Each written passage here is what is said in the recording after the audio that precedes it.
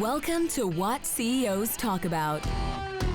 Do you wonder what CEOs talk about behind closed doors? How they bring their vision to reality? How do they overcome and succeed through adversity? We share that and so much more with each episode. Now, let's get started with the show.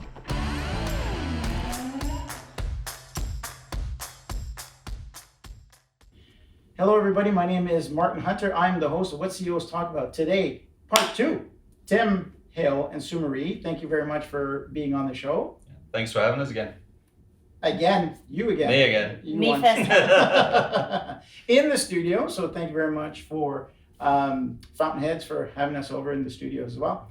So what is Tim Knows the Rule? So what's today's show? So today's show, I want to talk about how there is no such thing as failure. Do you agree, Sue Marie? 100%. No such thing as failure, or the title? No such thing as failure. Okay, so why are we picking that? We're going through this period after COVID. We sell a lot to restaurants. We're seeing a lot of kind of partners and customers that are having to shut the doors, having to close down, and reading some of the write-ups of what they're doing, and how they're kind of coping with that. They're kind of the mindset of what you're going through. It's kind of relevant to what's actually happening in our world at the moment. And I think also there's this huge message that's been shared on the economy's doing great, companies are really thriving, things are really taking place, and it's great we've got that message. It's important to breed hope for where things are going, but not every company is going through that. And the reality looks very different. For most people, wage subsidies are ending.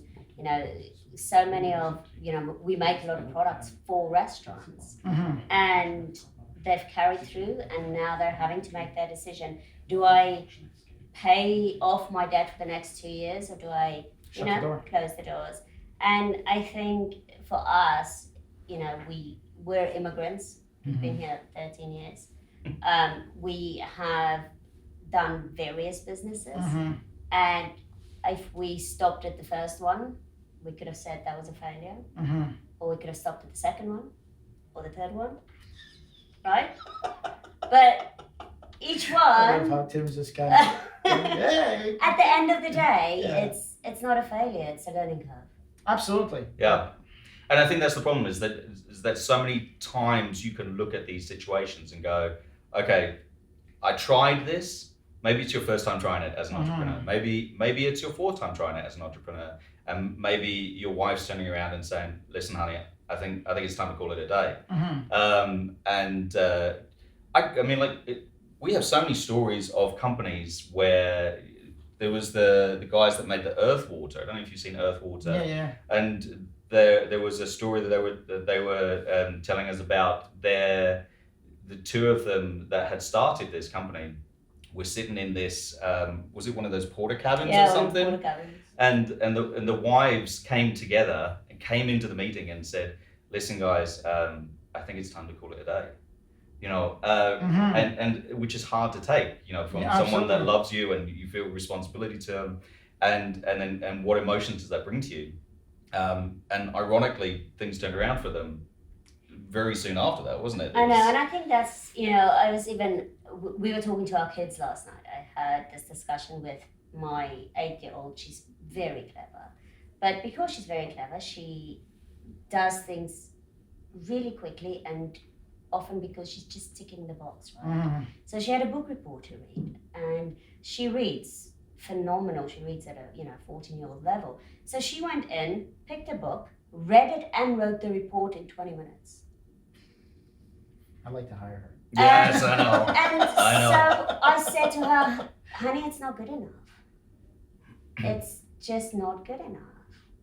Because we also know what she can do, right? Yeah, that's right. And we're facing this. We're hiring all these people that comes in with this fixed mindset where, I did this really quickly. I need to be rewarded for the fact that I'm highly intelligent and I could do it in 30 minutes.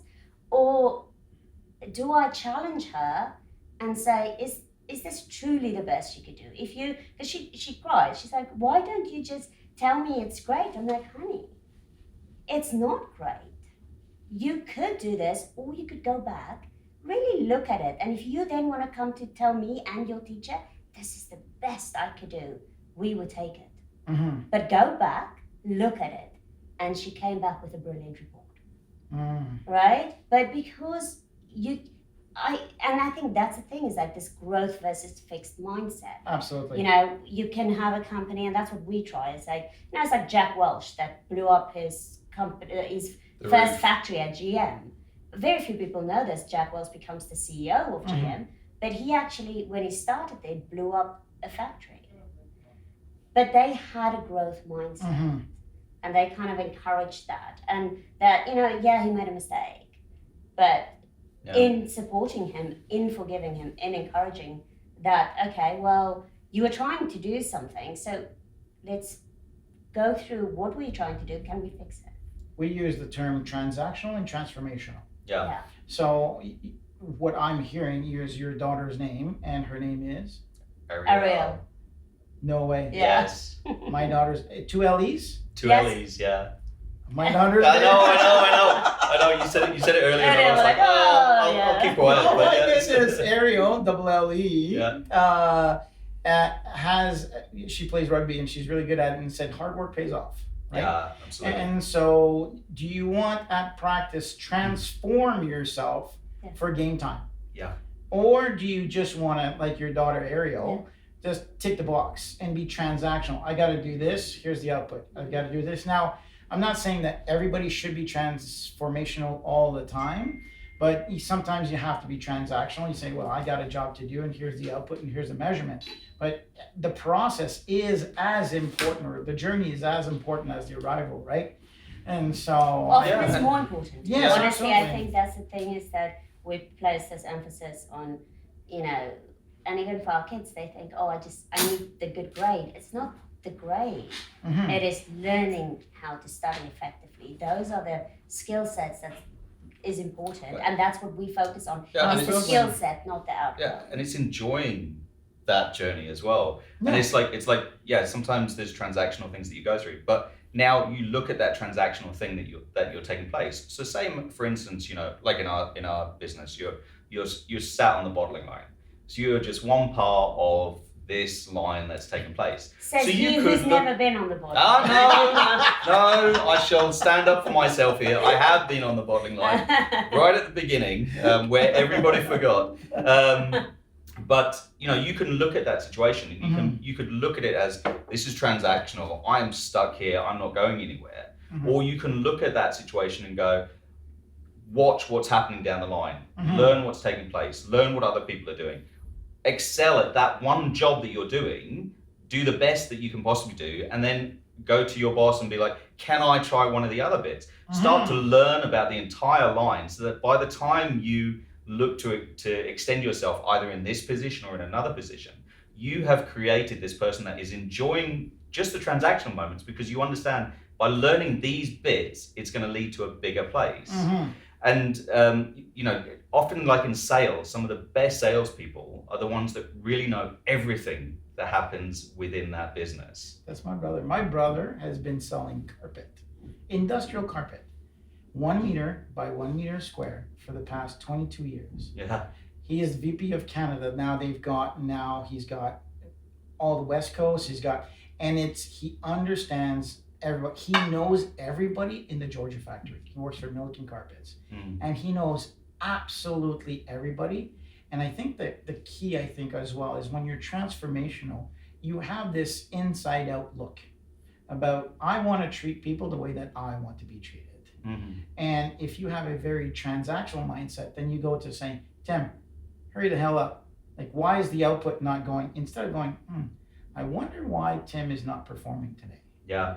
And you go, oh shit, him and Sumari had a big fight last night. You know, he was telling me, and it's affecting him. Hey, dude, how many cultural, emotional points do you get as a leader, owner, whatever, to saying, okay, yeah, you know, oh wow. And then next time, Tim is going to say, you know what, Martin was really cool with him. He needs a hand. He needs somebody to stay on the bottling line an extra 10 minutes, or just show up. Yeah.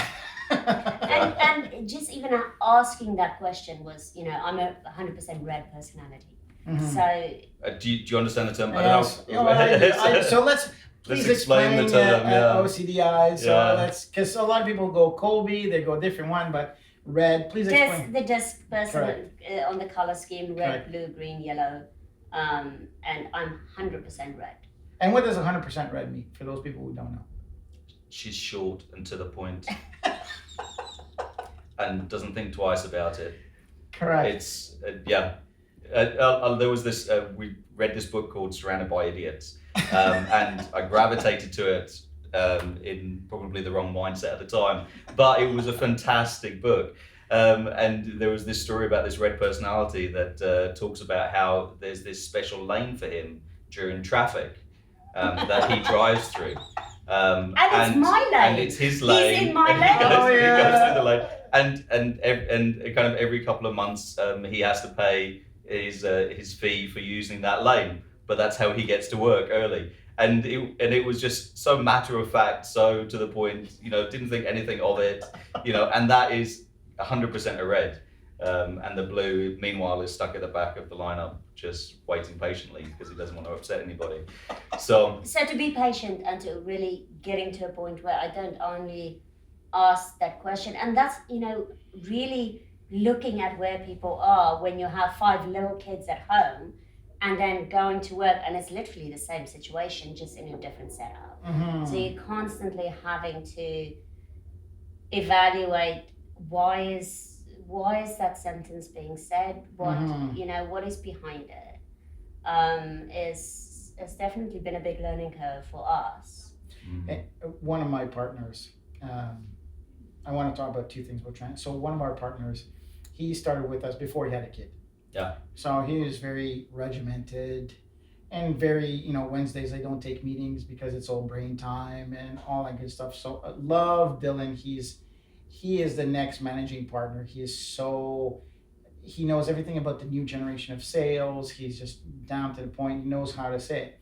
And he's very, I don't want to say stern, but very, very boxy in his way of approaching things. And then he had a kid. He used to hang his shirts via colors. And then, you know. And then you had kids. And so it's so funny because now he's just surviving. Yeah. And so we're all supporting him with the other partners that we have. We all have kids as well, so at different age sets. And so, okay, Dylan. So now, Dylan, you go home, go take a rest, go take a shower, just disconnect. How'd you guys do it? I was like, you'll see. You will learn. And the way that he now talks to clients is a lot different because he goes, wow, I only got 7 hours to do work now. I can't work for 15 hours. I need to transform internally to be able to deliver what I need to deliver. So I have to kind of rethink. Time management becomes everything. Oh, 5 kids. I'm an extreme time manager. You think? You think? Yes. I, on the other hand, am not. Not. So. You the cool dad? Well, I don't think I'm allowed to say that. No. I'll say it for him. I'll admit it. Oh, Tracy says to me all the time, she's like, you know what? I pick up the kids, I drop off the kids, you show up, you take them to practice, and you're the coach. It's not fair. Yeah. It's not fair. I said, okay, you go, coach. Yeah. And she says, no, it's not going to be fair to the kids because the kids all eat pizzas and burgers. So. Yeah. I know, we all play different roles, that's for sure. And it's just different, right? We're a team. At the end of the day, Let's talk about that because Tracy, I was talking about earlier pre-show. Yeah. Tracy, we tried to work together, and I say try because I never say try. I say do or do not. There is no try, like Yoda, right? Yeah. So we tried to work together, and she just cannot stand the visionary aspect. She's such an integrator, right? So she's blue, right? She's patient, and at the opposite end of the spectrum, right? So I go and I think 10 years down the line, here's how it's going to go. Here's what we're going to do. And then, okay, you guys sort out the details. Yeah. And she's, oh my God. So for you guys have been in business, both in family together. And Tim, do you have all your fingers? Yeah, she hasn't cut any of those off. No. Or anything No. like that? You got both ears. So Basically 10 years doing day in and day out with every 5 single years. day. Yeah. Wow. So tell us. I mean, I'm sure some of the listeners and people who are watching are going, "Oh, that's impressive." So, secret sauce or secret kombucha? Right? lots of spiked kombucha. Exactly.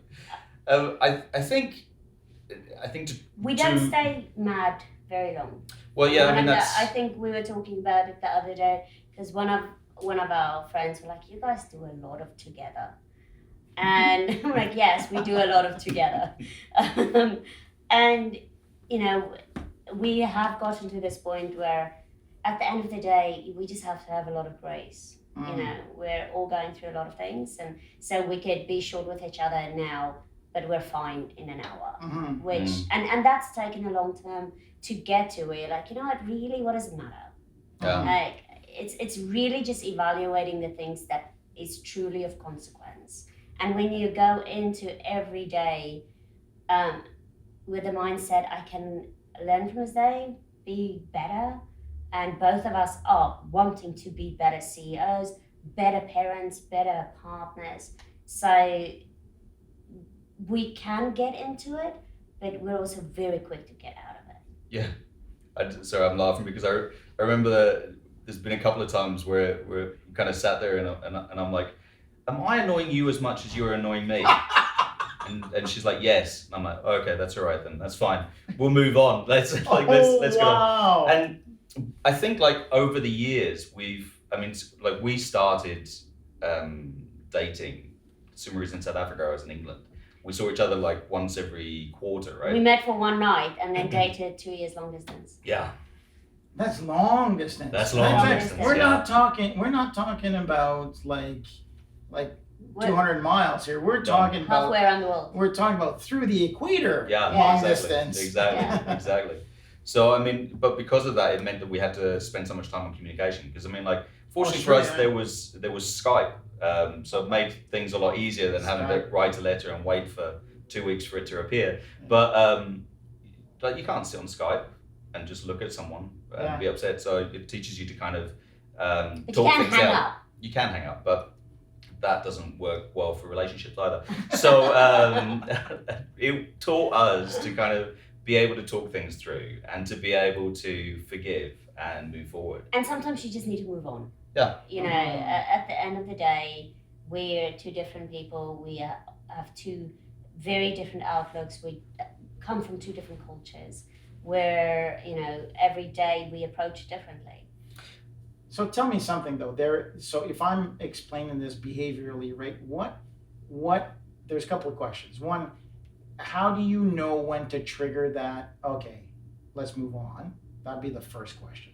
I'll work for the second question after. But what have you practiced? What can you tell the listeners and the people who are watching this? Okay, when do you know to activate okay, that's enough, smart enough, move on? If we haven't done it at least 7 times a day, then you didn't do it enough times. Okay. Because we wake up and our kids, and we're at the mercy of 5 kids and how they wake up and how they feel and how they slept. Like I slept 3 hours last night, 3 hours and 45 minutes. Thank you to sleep reports, right? You have kids. Our kids are between 5 and 10. They still get into our bed. We still have nightmares. So you have very little sleep. They wake up. They have emotions about their day. They fight and have their things. So by the time we get to work, we're exhausted. So from that moment on, every moment is this worth whatever I'm going to say? Oh, yeah. Right? Yeah. It's the direction. It's like, what is the final goal here? Yeah. So this thing that you're about to get into, is that leading to the right place? The 20 miles. We have do our 20 miles a day. The guy that carried across Alaska. Was it endurance? It's endurance. Is it? No, that's Scott Kelly.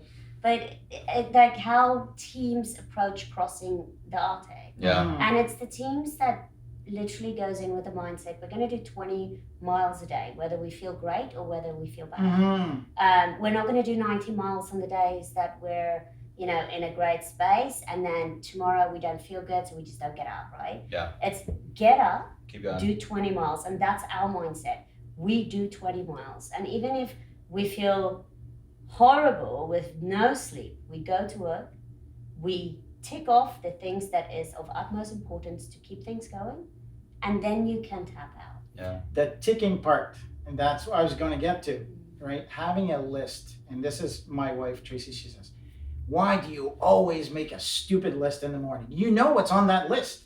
I said, I know, right? I just like having tick boxes. Yeah. And so I get up early. so I'm a 4 a.m. riser, right? Oh, So because also it's the you're only busy. quiet hour in the house. Like That's literally, true. there's 1 hour in the house where it's quiet and no one's awake.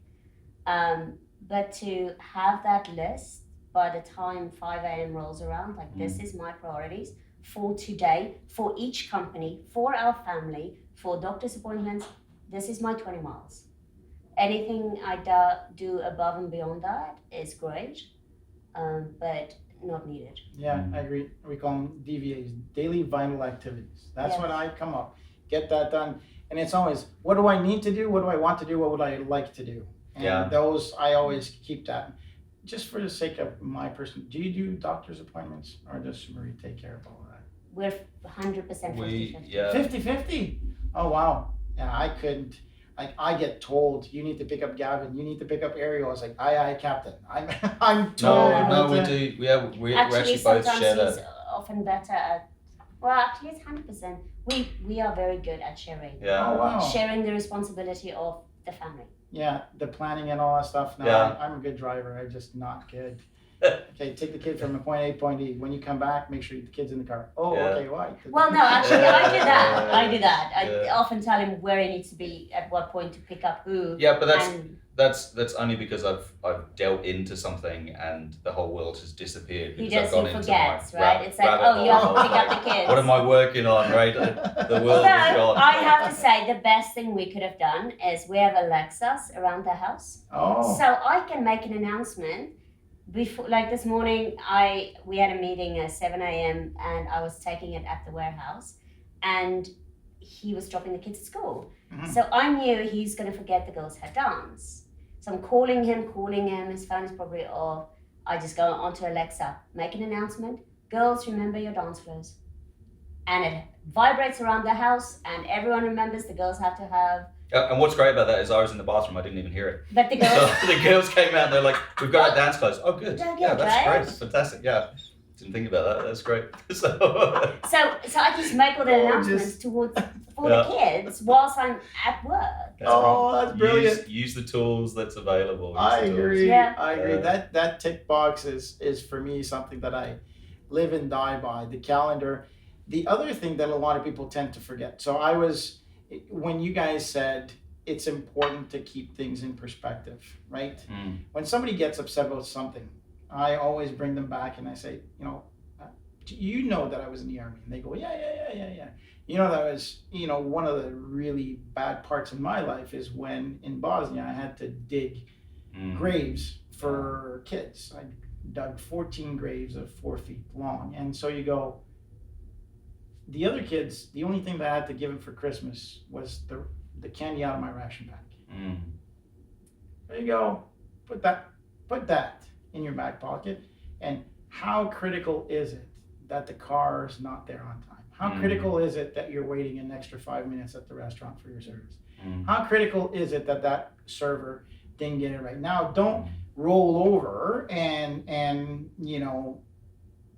I am not Jesus-like. Well, I will turn the other cheek because I am Scottish. So eye for an eye. Well, it's more like being from Glasgow, it's like an eye for A head whole for a head. family. Yeah, a slap for a slap. An eye for a head. But it is about putting perspective, and what a lot of people tend to forget that the 80-20 rule applies the other way.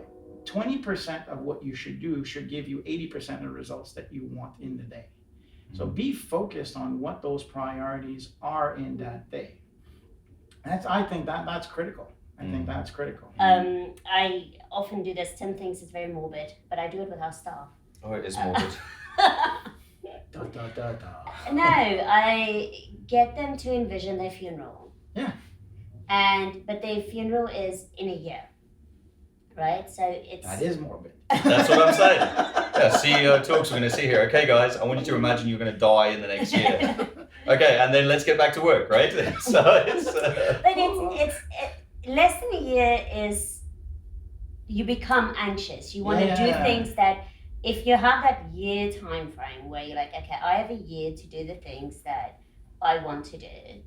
How do you approach today? What is the things that you really put onto that pedestal? What is the things that you allow into your mind, into your heart? And even if it means you need to tell me today, I need to get out of this place and do something else, I would applaud that, because then you are truly growing. Yeah. Because at the end of the day, we're chasing our dreams. We're chasing what is it that, and we often ask each other, like, what is it that you really want? Like, what do you want? You know, being a CEO means you're running this thing, but is this what we really want? And if it is not, then what is it that we need to do to get to that point? I have the greatest example of that. We started working with the company, and shout out to Boris and at 360 Pros. He reached out to us, he said, because he knew, so they do AR, VR, like that metaverse about rendering and position and making, it's the art of wear. So if they do AX, VX, so you walk into a place and you can pick and choose, and they do rendering for developers. There's just so many applications that are current. You know, Boris had been working on that for 3 or 4 years, wasn't really picking up, real estate market, 360 videos and stuff like that. Really okay stuff, but of smaller nature. Yeah. And then it really picked up, and he reached out to us and he said, you know, I need to get out of the way. And that, like, it is brave to say, I'm truly visionary. I have no idea how to run a business. I want to be successful. I'm just going to get out of the way. And every day he's like, okay, I feel I need to contribute. So the entire team always focuses on Boris. Okay, Boris, what can you bring? So you're really a visionary. He brings these lovely ideas. Let's not remove him from, but if we include him in the process, he slows the process down, because he goes down these rabbit holes, which they're cognitively brilliant, but they're not applicable in, you know, giving a scope of work done and all that good stuff. It's like Phil Knight and his running professor. Yeah, absolutely. Phil Knight, who started Nike, that his running professor was involved from the beginning, was 50% investor, but and in the end just had his own little lab where he was just he was a genius at making rubber, the soles for shoes, right? So that's where it all started, was in his shed, and half of them nearly died because of the fumes from it. But it was kind of that creation that took place. But the Mad Hatter that just keeps playing. And I love those Mad Hatter stories. I mean, like, you know, how much I'm into kind of innovation and stuff, but I love to hear those stories, not the ones of, like, you know, massive government support and then creating this huge thing. It's such a great story there. But I think really, actually, I've completely forgotten my train of thought. So, so tell me, what failure led to all this? So what pushed you? I'm sure there is. It's funny. There is no such thing as failure, Milton. Also, but that's not what we're talking about. There's no such thing as failure. There is no such thing. And, so which what learning opportunity? Correct. Let's rechange that. So what learning opportunity that we don't want to consider a failure led you to the first of the many beautiful products that you guys offer? Well, I mean, we started with tea. So we actually, I started as an accountant, right? And I said to him, let's open a store. And 6 weeks later we did. Yeah. So how's that for support, right? Yeah. That's awesome. Yeah. So what is the moment in your life where you felt that you were learning something or not moving forward, right? So for some people, a failure is not being able to achieve something, right? And from what you're telling me, that's the wrong mindset. Correct, right? Yes. So now it's just saying, okay, I've learned that this is not my path. Yes. How do I pivot, right? Pivot is overused, but what else is in my repertoire that I can do? Yeah. So did you have a moment in life where you go, tea is it? I don't want to do accounting anymore, or did it just kind of evolve? No, I don't I think it's been a process. It's like Mel Robbins, right? 5-second rule. And in her last one, what's it? Take control of your life. She talks about Lego blocks, right? Where you focus on the Lego blocks. It's when we're in a space where you're like, I'm not 100% happy with things. Like, what is it that I'm potentially wanting to achieve?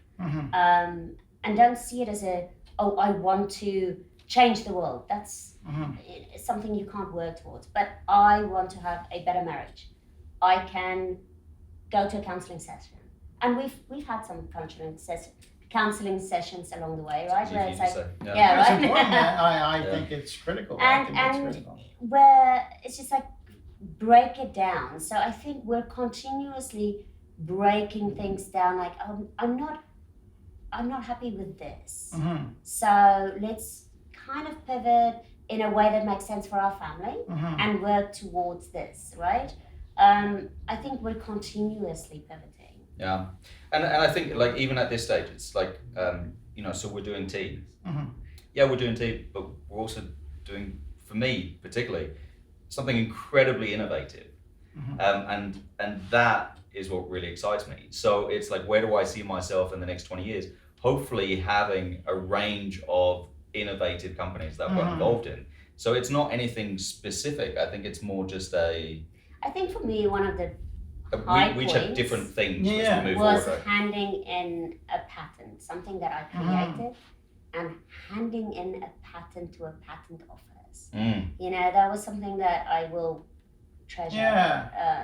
Like an idea that was born out of our tea shop that came into fruition, something that I worked at, for months and months and months, and then the product takes shape, and you write this patent, and you have to do all this work that you're like, I never thought I could do this. Yeah.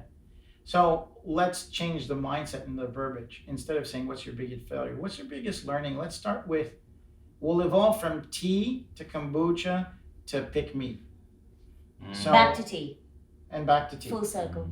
Okay, so what was the biggest learning in your tea endeavor? Just because you can do everything doesn't mean you should. Yeah. That was really quick. You knew that one. You've been thinking about that. No, actually, you can do anything, right? Yeah. But it's really focusing on what is the valley that you can dominate. Don't play an open playing field. You can. So give me specifics. An open playing field is kombucha. It's kombucha. Everyone makes kombucha. Oh, we were one of the first ones to make kombucha. We made great kombucha, but every dog and their mom and their aunt makes kombucha now. And trying to conquer that it's art of war. Like, how do you face that battle successfully?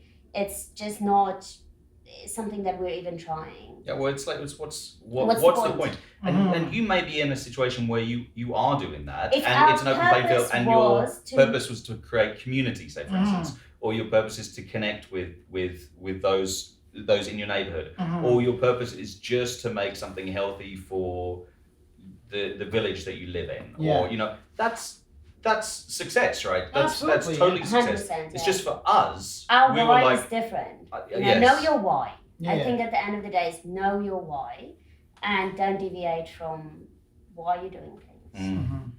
We are not here to create a great just BC company. We have certain visions and goals, and we chase it as a couple and as a family, and it doesn't precede, it's not important over our family. I mean, everyone that we know we're home by 3:00.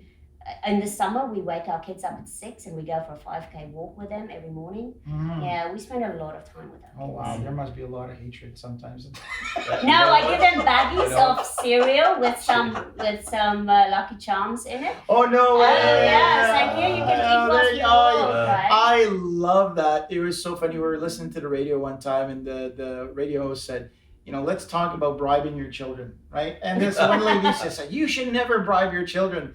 And the lady at the other end, she says, you don't have kids? And the lady said, no, I don't. So she says, shut the hell up, because you don't know what you're talking about. Bribing your kids, there is nothing wrong with that. We would like to rephrase it as rewarding our kids for waking whatever. up at 6. You know what? They love it. And they love it. They complain in the moment. Yeah. But, we're in Swanson, so we have this little walk that's like on the beach. And, so we stop on the beach and sit on the logs and just spend some time with them before we even get into the warehouse. And they're chatty, right? At that time in the morning, they bare their soul. We get to hear their dreams and everything. It's great. I work out at 6 a.m. I do CrossFit every morning, and I always scream out at least once a workout. It's like, 6 a.m. is where heroes are made. And when everybody else is sleeping and going, I don't want to wake up. And I was like, hey, we've already pumped out, 1,000 calories. So. Yeah. And there's actually a trend, particularly in the UK, where people are starting to realize the importance of that. Yeah. Because you wake up, you're fresh, you're ready to go with your day, you're now looking to conquer. So you get up, you have your workout, and now you make your list. Like, you're on guns blazing, right? Oh. The downside is my metabolism fired up and I'm hungry throughout the day. So no intermittent fasting for you? I do. That's the worst thing. I do. I turned 50 and you kind of have to change things up a little bit. But so November for me is no complex carbohydrates. So if I'm grumpy, Lucas. I'm glad you came in on this time, right? So no booze. And no sugar. So 5 days in and 6 pounds down. That's great. It's just priorities, right? You're just having to evaluate. And as every season has its own challenges. Agreed. There's, Christmas season, so I make wonderful mulled wine. So back to you guys. I want to learn. You kind of gave me an answer, but I'm not happy with it. Okay. What's the biggest learning with tea? So let's start with tea. You guys started with tea, right? That was the first thing that you started with. Yeah. In the history of iLola, correct? Mm-hmm. What's the biggest learning to not say failure?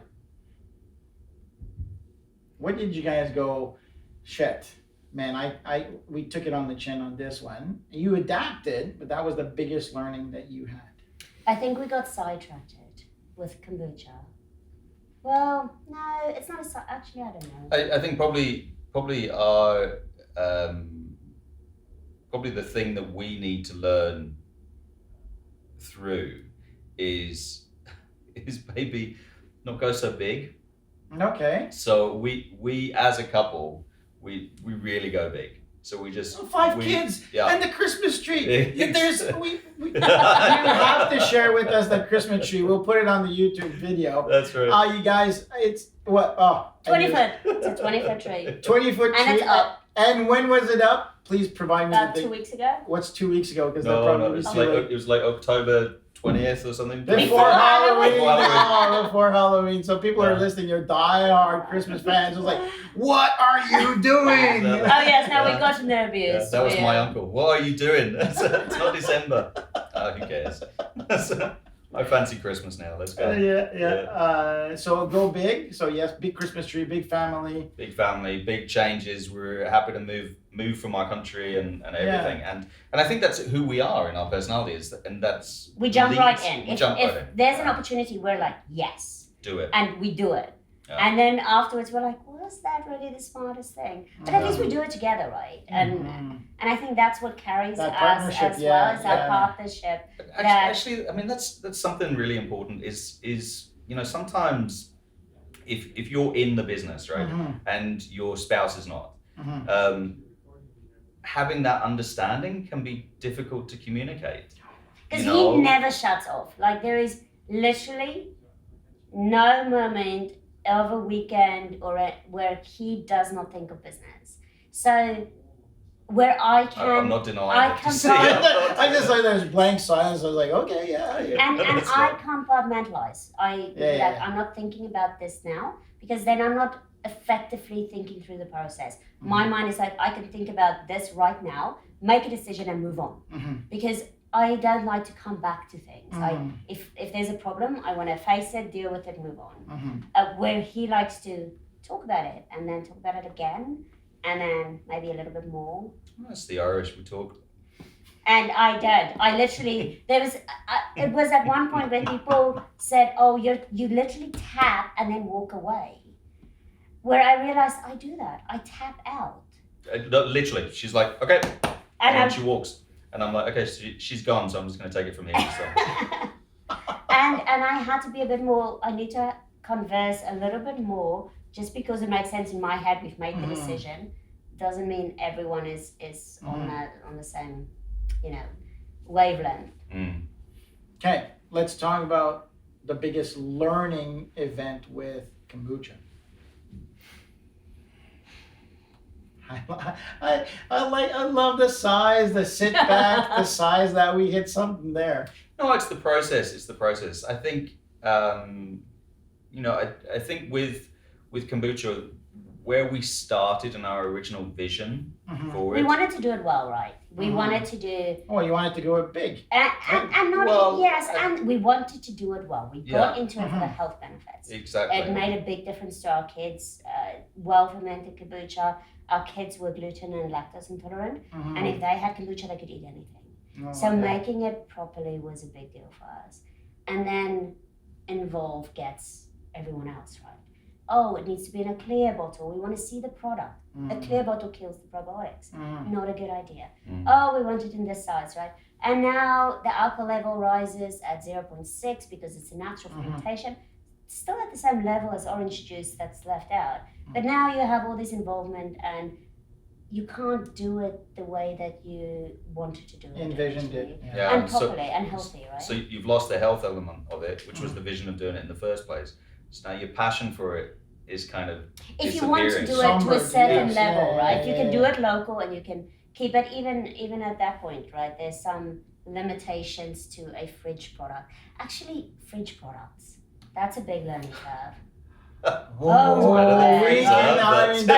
gonna ask you. There's a question I've been itching to ask about. And so, when you guys are selling to restaurants, so you're selling under a food service umbrella, not necessarily a retail umbrella, right? Yeah. So the retail side of things is very mafia-ish, right? Oh, you want space in you pay me. Right, so pay me for frontage, pay me for shelf space, right? And so and continue paying me. And continue paying me, right? So with food service, then at least on the retail, there's cycles and you do your presentations and all that good stuff. But you have to serve.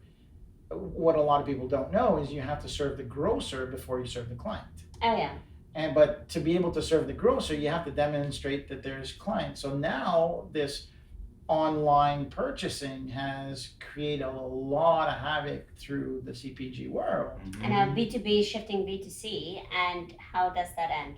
Exactly, right? So tell us, what's your is your impact, because you're selling on the food service side of things, is your retail combining? Is it so what strategies are you using to give kind of a full spectrum? I think at the end of the day is you need different channels. Yeah. You trying to trust your sales funnel into one channel is in today's day and age, especially that's what you learn with COVID, because we pulled out of most grocery stores just before COVID to service restaurants. That was a big learning. Big learning curve. It was the right choice for us at that point in that situation. Yeah. We look back at it, because when COVID hit, we literally lost all our POs, everything within a week. Yeah. Because we were restaurant focused. And, you're like, oh, I regret that. But no, because of that, I made the Tea Disc. Yeah. So, it was that time that I was really focusing on, something that's been brewing for a while, exactly, right?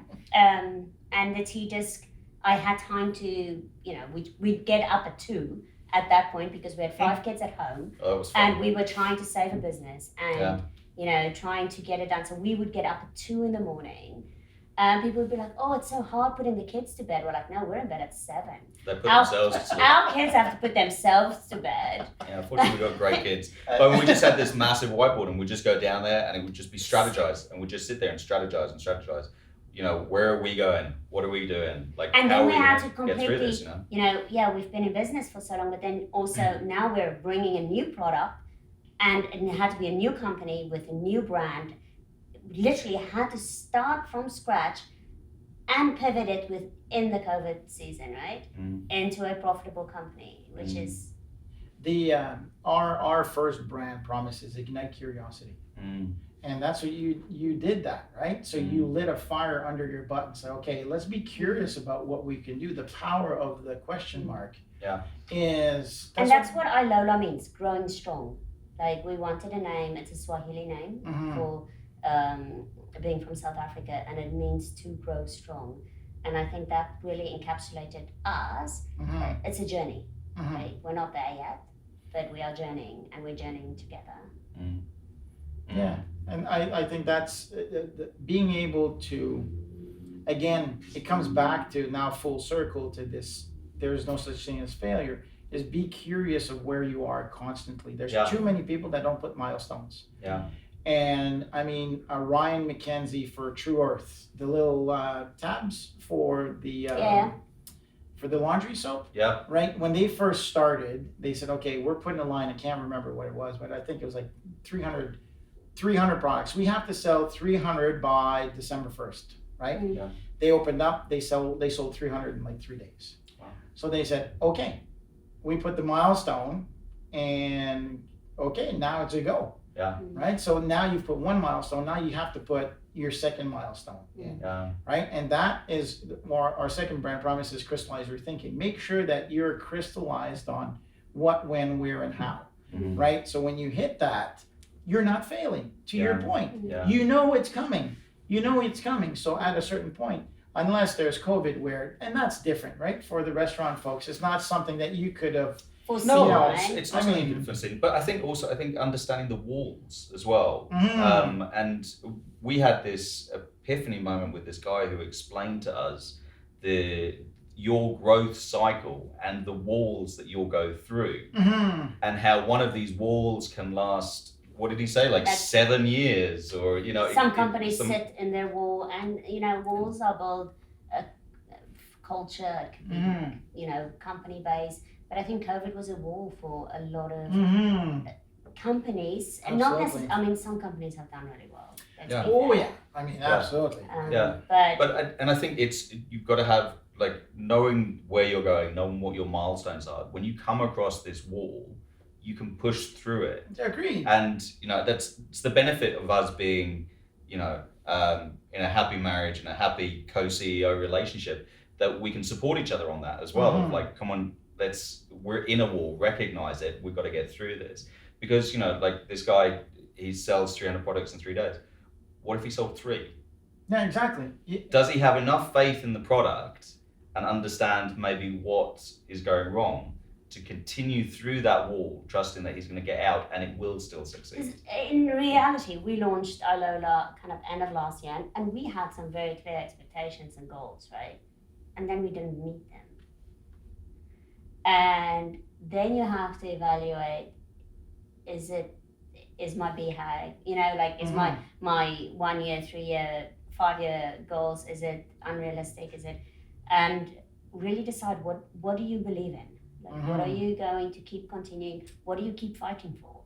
A lot of people forget that it's okay to stop. Yeah. Yes. It's not okay to quit, but it is okay to stop. Exactly. And having that, we have different product lines. Knowing when to cut certain things is just as important as knowing when to fight for it. Absolutely. I think actually even more so. Absolutely.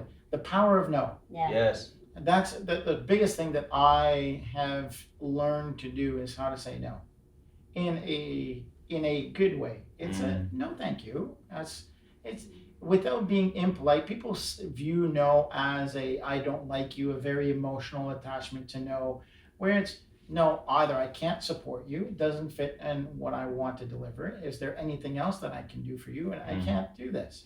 Right? I could not, in a dire situation, could I do brain surgery if I was taught and educated properly? If you say, well, Martin, can you do brain surgery? My answer is no.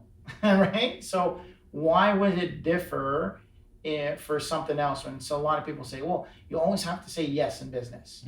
I disagree. And you say, you can say, let me think about it. There's nothing wrong in saying, well, hold on a second. I'm not going to give you say yes. I'm not going to say no, but I'm not going to say maybe either. I'm going to say, hey, let me give you a clear decision on if I choose to do yes or if I choose to do no.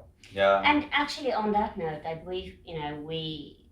because we've been in kombucha so long, we're one of the largest kombucha brewers in Western Canada with capacity, and we did a bunch of private labels at one point. And saying yes, label, right? It's a double-edged sword there. Like you have, it does bring in some cash, it carries through, but then because of that, we neglected some of our own brands. You don't have the time. So saying no is definitely something. We have said more no in the last year than yes. Okay. But that comes down to your vision as well. It's exactly. like like someone says to you, Martin, can you do brain surgery?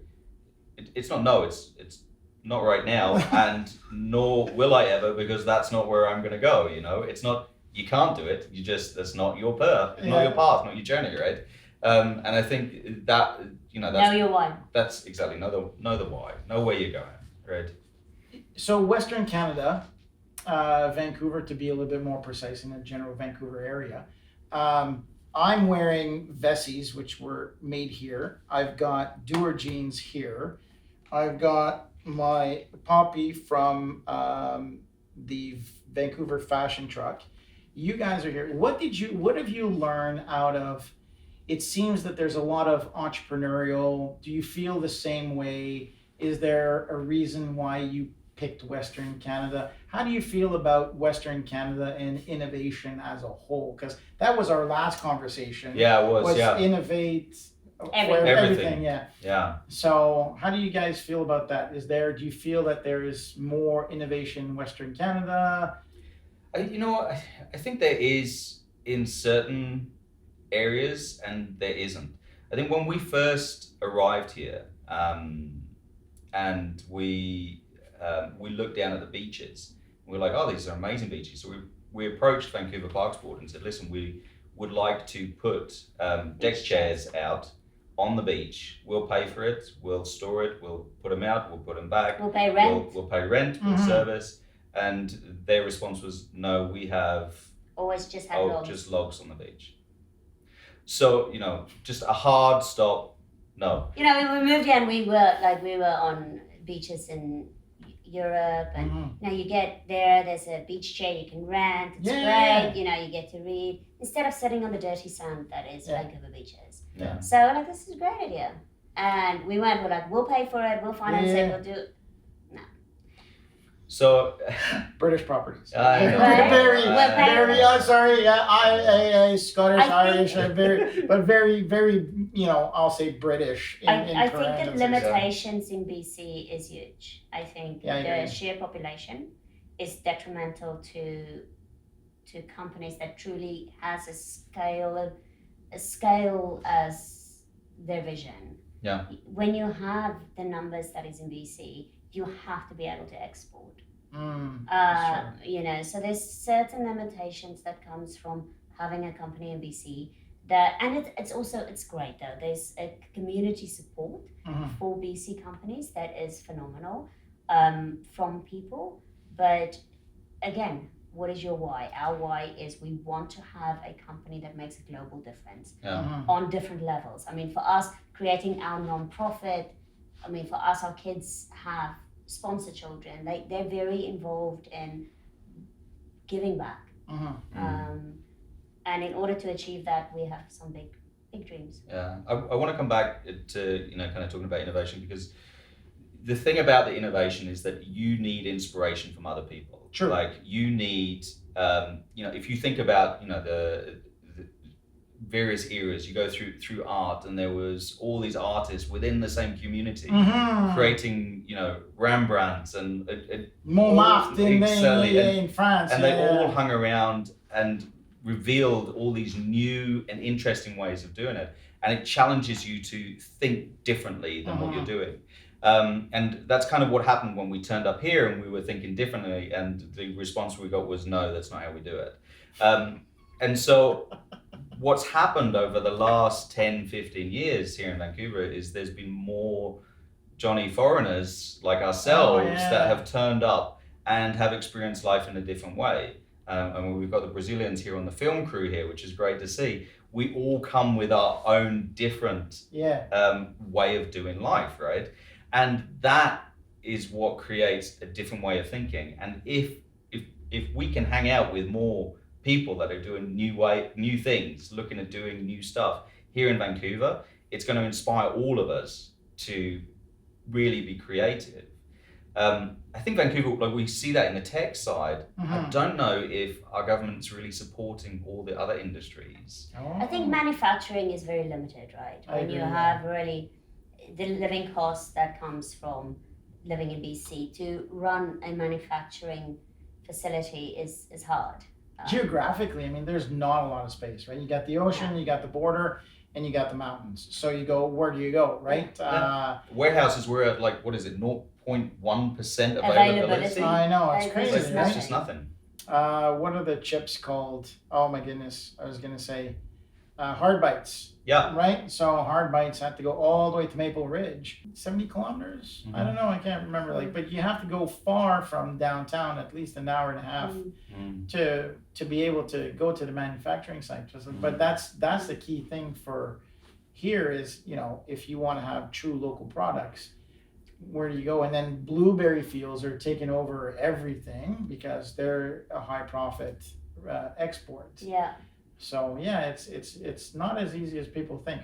On the innovation side of things, so there is a lot of, it amazes me if we talk about restaurants, how many one restaurant closes, another one opens. One closes, another one opens. Yeah. The fusion food, I think Vancouver is very metropolistic in how it brings a lot of people from different cultures, which is really great. But I agree with you that and then ghost kitchens is taking over too. That's true. I think it's going to be interesting to see how industries pivot in the coming years. Like what is going to remain from hospitality in its, in the form that we know it now. So much is pivoting towards ghost kitchens and virtual kitchens that just cater towards home deliveries. We've participated to a few secret dinners. And those were wonderful. And when you think of the implications of starting a new restaurant, I mean, it's very ephemeral. It dies very quickly, right? There's very few restaurants that make it past a couple of years that bring that very innovative kind of cuisine aspect that doesn't lose that innovation by becoming a large chain. Which is not necessarily. It's hard as well because you have to evaluate what people are paying for, right? Exactly. We started with a beautiful tea shop on the Sunshine Coast, and yet people just went to Tim Hortons. I know. So you get to this situation where. Well, I mean, we're all different, right? And we created something we wanted. We're like, surely people would want this. And that's another lesson. Just because you want it doesn't mean other people want it. Know your who. Not just your why, know your who. Yeah. Exactly, I know.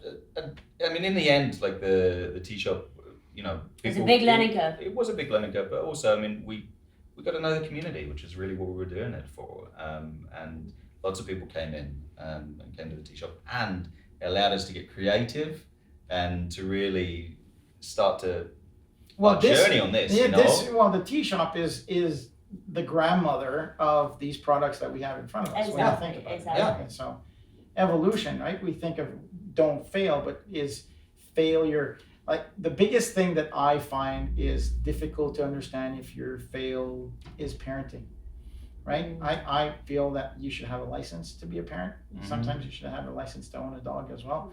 But some of the people who have children, you go, it's funny that when you think, well, people say, oh, there's no operating manual. Like, how many years have human beings been on the planet? Well, billions a year. How many years have we been able to write? About 4,000 years. So you would think that somebody would put something together to say, have you seen that show? I think it was Dads or Fathers or something, and Will Smith was saying, was talking about this point where he was set up this big TV and he was working through this manual. It was like 250 pages in this manual, and his wife went into labor and he had to drop the manual. Went to the hospital, delivered this beautiful little boy. He came home with this little boy, and he looked at him, and he looked at the manual, and he was like, "Why is there a 250-page manual for this TV? But I've left the hospital with nothing for this thing, you know."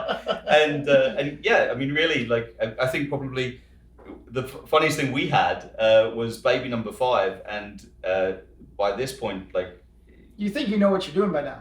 Kind of, and the nurse came up to us and she was like, so looking off us, so don't drink hot coffee over your baby. And we have like 4 children. And we're like standing there, big eyes, like we're out. Yeah. So I guess Tapping out. If that's your advice, we're gone. But yeah, I mean, there is, and when you look at children, there is so much information out there. Oh. And then the information keeps changing. Yes. And so as a parent, and redundant information as well, yeah. right? I think everyone feels they have a voice, and everyone feels that the digital area gave them a platform. I know. Right? And it's really important that you just filter what is the voices that you allow into. Mm-hmm. You know, what is the voices that becomes part of your growth as you continue to not fail but learn. Mm-hmm. Wow. I think we're in exciting times. I think all of this stuff that's happening with COVID has shaken things up, and it's forcing people to think differently. It's forcing people to come up with ideas that they never had done before. Mm-hmm. So if we didn't see restaurants failing, ghost kitchens were there before, but nowhere near what we have now. Agreed. Grocery stores are now appearing that are solely online. Yeah. Solely online grocery stores. And some of our distributors, you know, we've shipped from, you ship to a distributor that stores it in its warehouse. That, you know, the whole chain of my goodness. changed. Everything is changing. And it's interesting. And you look at that and you go, this is exciting, but I don't know if you're like me. Right? We have a saying every Monday morning in our house. We're like, it's Monday. We love Mondays. Everyone is like, it's Monday. It's new week. New week brings new challenges. It brings new opportunities, right? So we are adamant Monday mornings are like the best. We put on music. We're like breakfast. We're like, it's Monday. You don't know what this week is going to bring. Right? And that's a good way of saying it. That is a wonderful approach, a wonderful learning for the people who are listening. Hey, change that to, it's Monday. No. Yeah, exactly. This is the new week. We do CEO chats on Monday Mondays. morning first thing. Oh, wow. Because now you're ready, it puts you in the right mindset. You're ready to conquer this week. You're not ready sitting there kind of like, we used to do it on Friday, and then we're like, no, we're Monday believers. We believe, you know, that Monday morning comes around. You don't know what this week is going to hold, right? Yeah, no one wanted to listen to us on a Friday anyway. No, exactly. They're just thinking of getting out of it. They don't want to listen to us on a Monday morning either, but let's be fair. How many of those have you had by Friday, 5 o'clock is always, No, Friday is movie night in our household. We make pizzas. Oh, yeah? Yeah, we make pizza and we watch Kids movie night. They get to choose. Oh, they get to choose. I wish we had movie night. We have kickboxing, karate, rugby. There's like movie night for, like, it's funny because we Tracy and I have not had cable television for more than 15, 16 years. When Apple TV first came out. Yeah. I looked at my bill and I said, this thing is $150. My bill is $120 a month. I pay for movies. If I calculate, I said, okay, roughly $75. I'm like, see ya. Yeah. And since then, then on demand came crazy, and then you know what? At my age and the amounts of businesses, I watch the highlights. So I go to YouTube and rugby highlights. I know. I'm like, there you go. I've done my fill. Yeah. And I don't think I could sit through. We actually didn't put our kids into any activities up until this year. We made the choice that, you know, we snowboard as a family. Okay. So we ski and snowboard. Actually, we just walked up and down the mountain for one whole season carrying little people's skis and snowboards. But you tried teaching 5 kids how to ski in one season. We have done it, and we are looking forward to our first. I know how you do it. You hire 5 Australians. Yeah, exactly. Not on a startup budget. For those people who are listening, Australia, in Vancouver, especially, you go to the mountains, and the ski instructors are all from Australia. Yeah. They've all kind of, I don't know, they've learned, and it's just cheap labor for these people who want to come. And there's a lot of unhealthy activities that happen at those ski resorts when you think of putting all these teenagers together. And no different than the unhealthy activities we had when we were younger, I'm sure. Just a different different geographical place. area. They're in the snow, we were in the sun. Sue Marie, I've asked Tim what at the last show what he refers to as his go-to document, movie, book. What's the one thing that you have, I don't want to say by your nightstand, but what's the one book or the one piece of reference that you always refer back to or you refer to the most often? The Bible. The Bible. I read my Bible every morning. Okay. Every morning. So if I have to be honest, that's the one thing that I read my Bible, I do yoga. Okay. I meditate, and that's how I start my day. Good. I read a lot. So, I mean, I try and I'm currently doing Obama's Promised Land. Okay. I try and read a book a week and Audible. Damn. And Audible a book a week. So, listen to one and read one. Wow. So I read a lot. I love Steve Covey. I love David Epstein. I love Carol Dweck. There's a lot of authors that I love. But the one thing that I read every day is definitely, I'm an Old Testament theologian. So I studied theology. Oh, wow. Yeah. So you know that book inside out.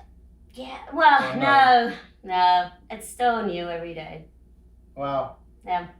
Well, that's a learning on itself. I mean, there's paths that you take of learning, and I think you've done a great job. It's different for everybody, right? So I think it comes back to that, if we want to come full circle about that path of there's no such thing as failure, when you go, well, you're a little bit in front or you're a little bit behind. And if you focus on being the best person that you can be through whatever you want to call it, through religion or through best practice or whatever you want to call your why, it doesn't have to be religious, but it can be spiritual. I think at the end of the day, I was saying to Tim, if you keep, and I said to him, I wouldn't say this because it's something that is at my center. It's like if you're loving people, everyone that you come into contact every day, then your level of grace, your level of understanding just becomes, a little bit better. And I mean, I've had some tough years as well, to a point where I'm like, I'm not loving this. I'm not doing what I'm enjoying.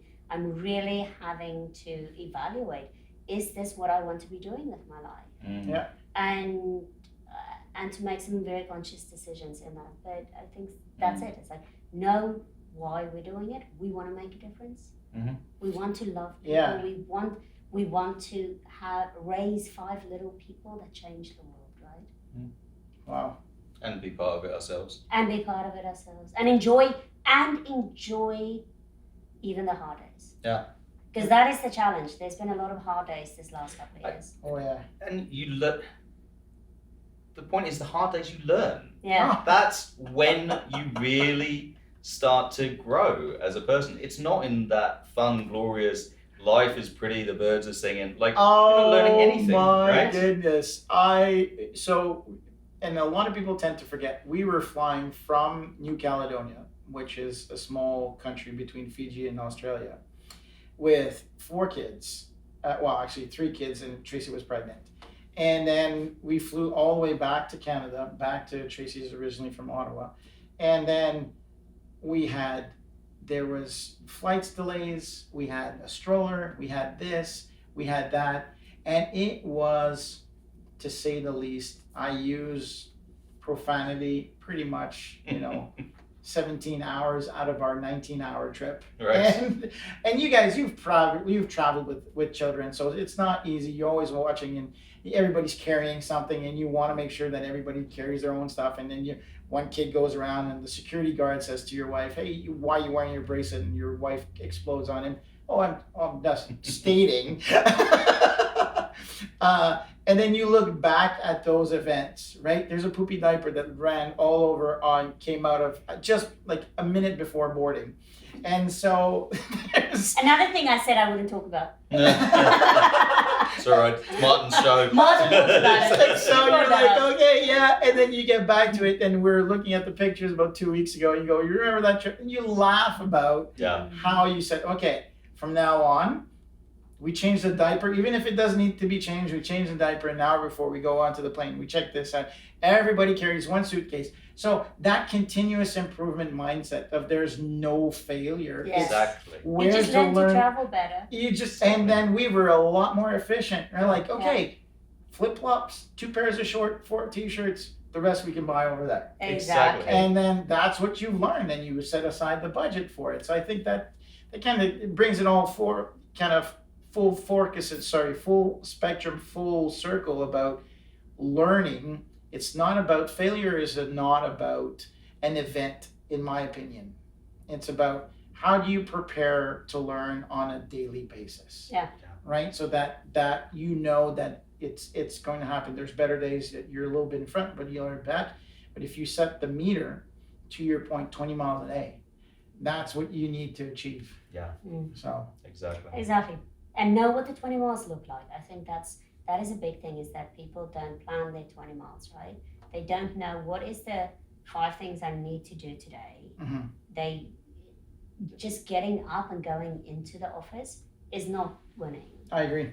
Plan, track, adjust. Exactly. Yeah. Stay Yeah. there then, right? If you're going to just show up, then don't bother. Yeah. But show up. We have so much respect for people that come in, do a great job, and like, oh, I'm done. Do you want to give me more work? No, go home. Well, it's... Yeah, for sure. It's just turn up and do your 20 miles. Mm-hmm. Well, thank you very much. Thank you very much for being on. And I have not had a pick-me. So, no, you've been doing very well. I know. Yeah. And we said it last time, but man, oh man, pick me. Oh my goodness. I absolutely love the little teapots. Oh, don't even think about it. It's like boop, boop. Done, tea's ready. It's just tea simplified. At home, we're like, and that blueberry flavored one is, in my opinion. They'll be on Good Morning America's Christmas list. What? Yes, 40 boxes. So starting November 15th. So there's lots of great things in our pipeline. That's why I'm saying you can never stop. Yeah, that's true. We might not have reached our Christmas goals last year, but hopefully this year. Yeah, don't stop, don't give up. You gotta keep going. Like life is a long journey, but enjoy it and enjoy the journey you're going on. Like great things are gonna happen. You just haven't met it yet. That's all. Santa Claus, if you're listening. Yeah. Put her Christmas tree up early. Yes. Her wish. You gotta listen. Put it on Christmas as well. Thank you very much both for being on the show. It's nice to see. We're in front of the camera this time as well, so face to face. Right. Yeah. Thank you very much. Fountainhead's the studio we're here today. So with that being said, my name is Martin Hunter. I'm the host of What CEOs Talk About. So thank you for listening and watching. Thank you. Thanks. Thanks, Martin. Thanks for tuning in to What CEOs Talk About. Make sure to click subscribe to get notified about future episodes, or check us out at www.whatceostalkabout.com.